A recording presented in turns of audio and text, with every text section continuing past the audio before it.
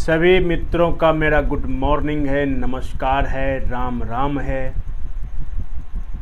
आज हम लोग इस वीडियो में एक नई शुरुआत करने जा रहे हैं। 12th के इंग्लिश पढ़ने वाले हैं। उसका पहला chapter Indian civilisation and culture. तो नेचुरली हम कह सकते हैं कि ये पार्ट 1 होने वाला है और इस चैनल पर 11th के पहले चैप्टर एनिमल्स इन प्रिजन का भी वीडियो डाला जा चुका है। तो कोई अगर दोस्त, कोई स्टूडेंट्स अगर आपके हैं जो आपसे जूनियर हों, उनको आप 11th का वो वीडियो भेज सकते, जिससे कि वो देख करके मदद पा सके। तो आइए इसकी शुरुआत करते हैं। और साथ ही एक बात मैं आपसे कहना चाहता हूँ कि जब भी आप इस वीडियो को देखें तो सामने बुक रखें, ताकि आप अधिक से अधिक तथ्यों को समझ सकें और अपनी परीक्षाओं में ज़्यादा से ज़्यादा मार्क्स प्राप्त कर सकें। Mohandas Karamchand Gandhi 1869 1948, popularly known as Bapu or the father of the nation, was more a spiritual leader than a politician. Mahatma Gandhi के बारे में जो तथ्य है वो ये है कि 1869 ईस्वी में इनका जन्म हुआ था और 1948 में इनकी मृत्यु हो गई थी। और ये लोगों के बीच में बापू या फिर राष्ट्रपिता के नाम से प्रसिद्ध थे। और ये आध्यात्मिक गुरु ज़्यादा थे, बनस्पत पॉलिटिशियन अर्थात राजनीतिज्ञ के। He successfully used truth and non-violence as the chief weapons against the British rule in India.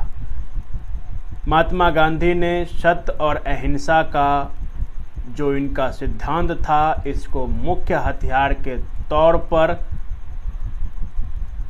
अपनाया और अंग्रेजों के विरुद्ध इन्होंने लड़ाई इन दो हथियारों से लड़ी।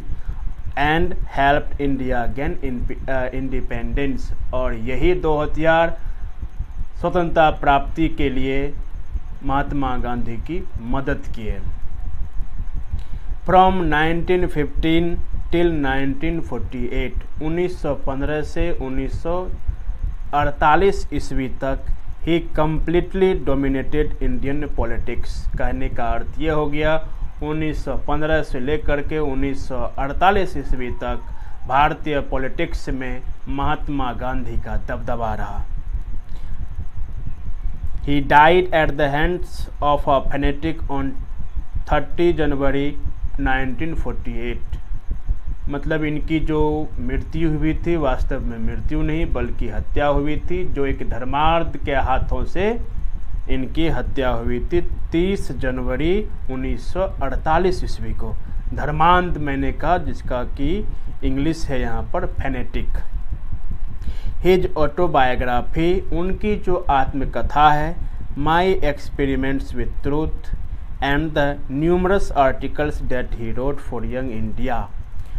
इनकी एक बायोग्राफी है, माई एक्सपेरिमेंट्स विथ ट्रूथ, मतलब सत्य के साथ मेरे प्रयोग।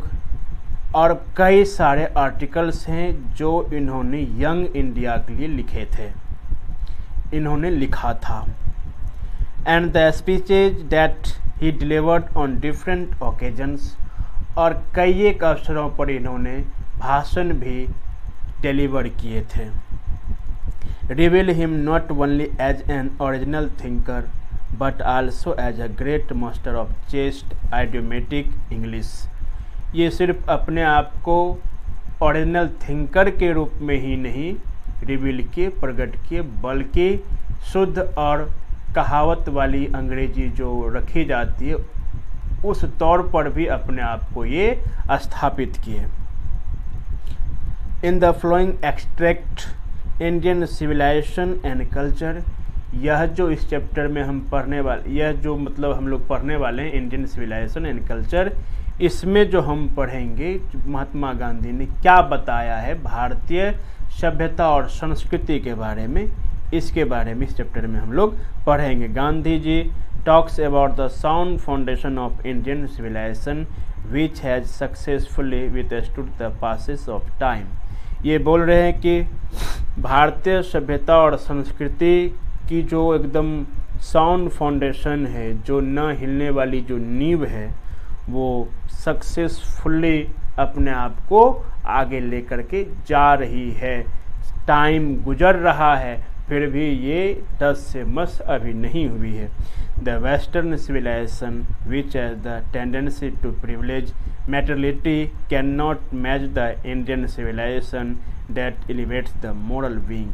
कहता है पश्चिमी सभ्यता जो है, वो पश्चिमी सभ्यता की एक आदत है कि वो भौतिक चीज़ों को ज़्यादा तवज्जो देते हैं, भौतिक चीज़ों की ज़्यादा तवज्जो देती है वेस्टर्न सिविलाइजेशन।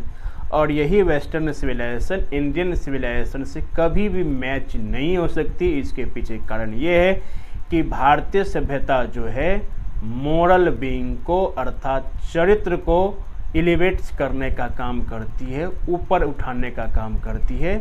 अगर कहीं मोरल बीइंग में कुछ गड़बड़ी है तो उसको दूर करने का काम करती है भारतीय संस्कृति और सभ्यता, जबकि वेस्टर्न सिविलाइजेशन में ऐसी बात नहीं है। सीधे सीधे शब्दों में अगर इसे कहा जाए तो वेस्टर्न सिविलाइजेशन के जो लोग हैं, जो वर्तमान में अभी हैं, वो शरीर के पीछे हैं, अर्थात शरीर के लिए ही सब कुछ करते हैं।